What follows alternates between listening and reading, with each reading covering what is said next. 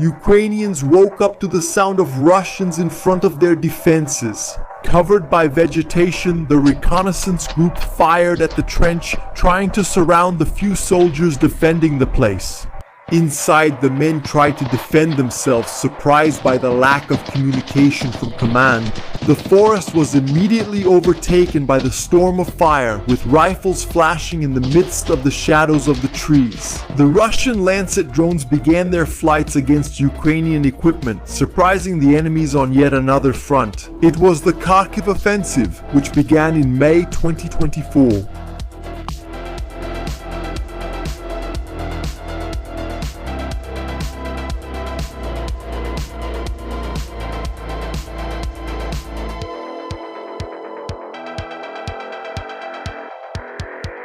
Kharkiv was a region of intense conflict in the war in Ukraine in 2022.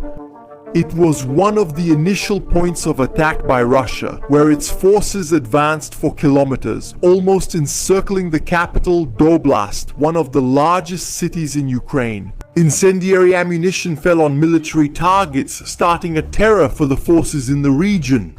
Russian artillery caused unparalleled destruction to the defense forces. A counter-offensive in September of the same year saved the country from losing the region and inflicted heavy casualties on the powerful Russian army. At that uncoordinated moment, with so many attack fronts and so many troops with different objectives, the 92nd Ukrainian Brigade took part in these advances, with its soldiers moving against the Russians. The lack of coordination from the opponent gave the Ukrainians an advantage, who had just come from intense fighting that prevented the fall of Kyiv.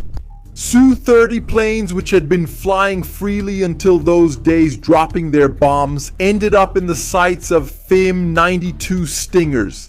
They were chased at Mach 0.2 until they were hit in the sky and came down, turning into a ball of fire. The trenches controlled by the Russians began to be bombarded, taking away the men they trusted, the high command. At the beginning of the invasion, the Ukrainians kept advancing even as their vehicles narrowly escaped Russian ATGMs. This focus on the attack managed to force the Russian army to retreat to its own borders and prepare again. After that, there were conflicts in the region, mainly with consecutive bombings in Kharkiv, usually targeting civilian targets. There were many accusations, but with the Russians using cluster munitions against the population, increasing the risk of innocent people being killed or maimed. The bombings continued in 2023 and 2024, bringing more misfortune to the local population. In the first Russian offensive alone, in 2022, the estimate was 606 dead by June. Afterwards, the numbers became confusing due to the fog of war, but the records did not stop, including children dying during the indiscriminate bombings. Ukraine began to retaliate. First, there were incursions into Belgorod, with advances against enemy outposts on the border and in the nearest cities. Then the bombings began, hitting the capital of the Russian Oblast. The ambassador at large of the Russian Ministry of Foreign Affairs, Rodion Mirochnik, said he threatened to bring up the issue of the bombing of Belgorod at a meeting of the United Nations Security Council. All this movement started to cause a deployment of Kremlin troops to the border, mainly under the pretext of creating a buffer zone. To avoid these threats and better counter Ukrainian attacks, a force estimated at 50,000 soldiers began to form and become a new threat. The proposals of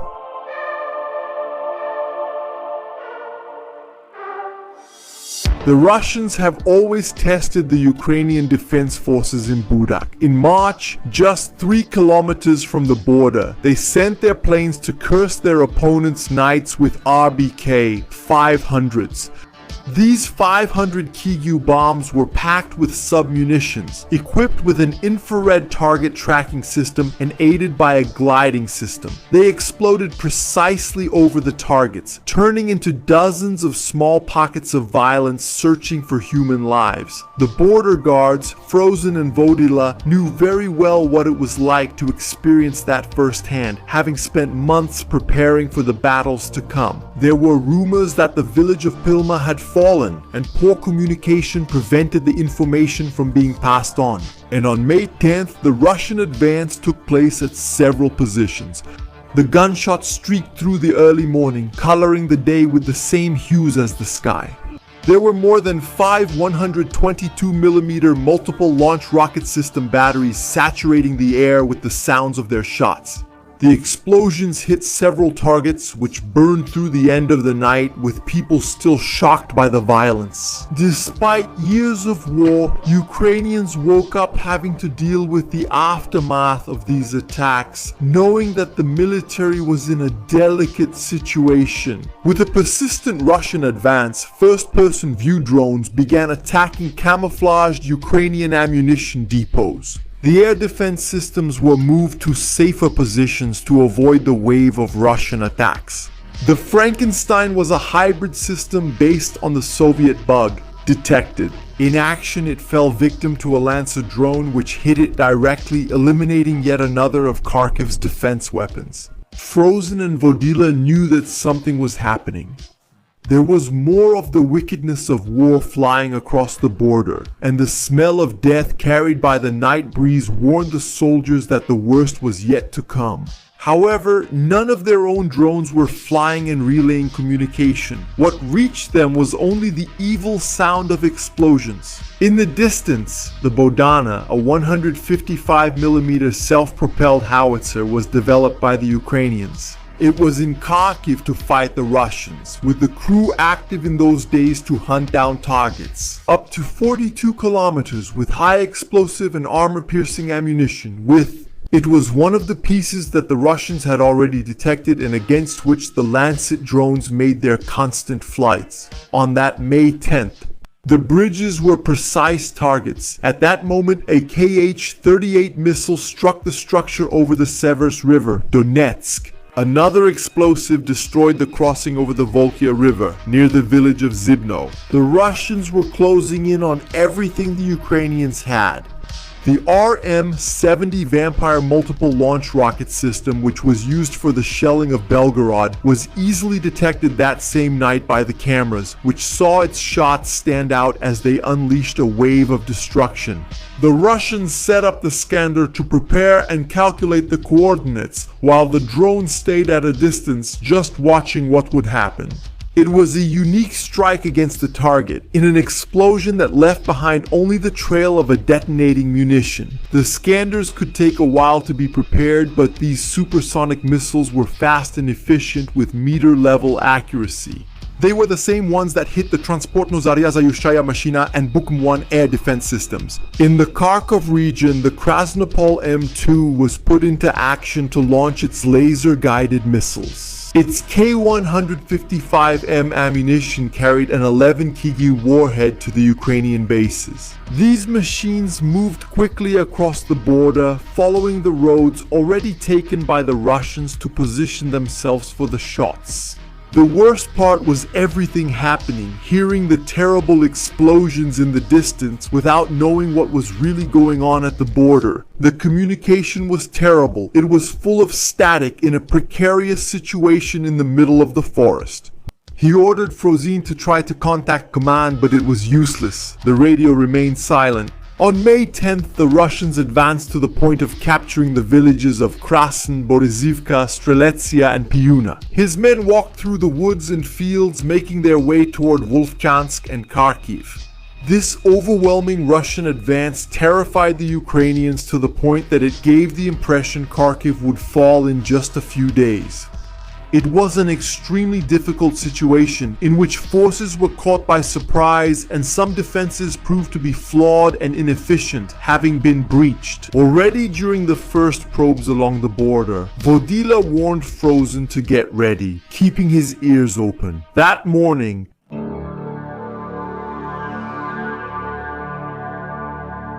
the border guards woke up to the sound of Russian footsteps right at their doors. Vodila warned that the enemies were right in front of them even though they couldn't see them. The shooting started without warning. Simply put, the forest became an echo of chaos that morning, lighting up with ammunition as it left the barrels.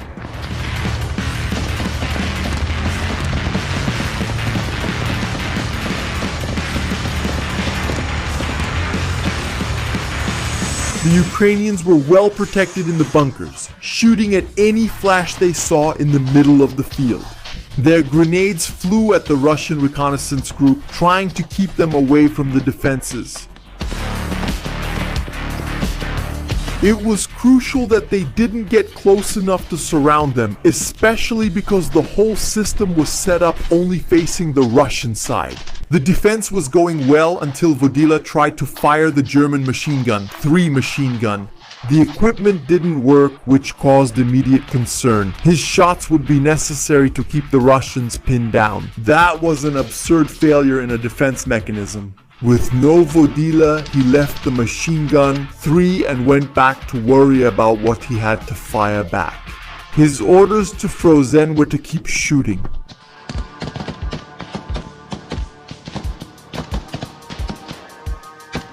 There were shouts from the enemies for them to surrender, but the Ukrainians, even without their main weapon, kept firing and throwing their grenades. Keeping Zakar firing in the morning was the most important task.